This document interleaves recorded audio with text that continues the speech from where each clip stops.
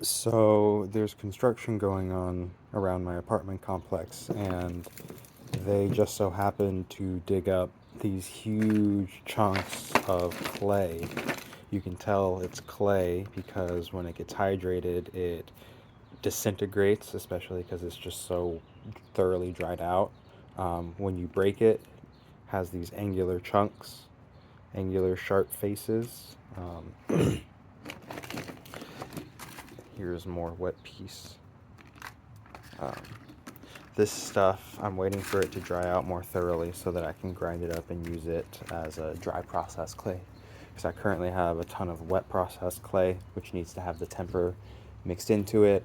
The beautiful thing about dry process clay is you can mix it by volume quite easily, um, just with no extra work required. You can load it up in one of these 5 gallon buckets.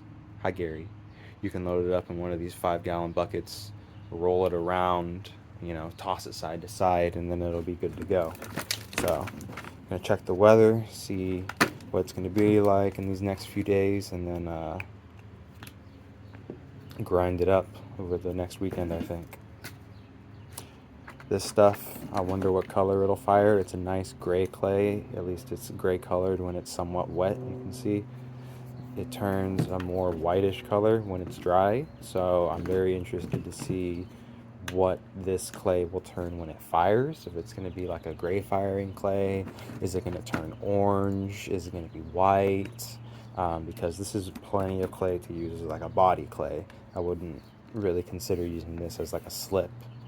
I already have plenty of slips and I have lots and lots of it, so this is going to be very exciting to work with. So this is what I've been up to. I was going around for a walk, found this just laying out in the middle of the road, basically, or on the side of the road.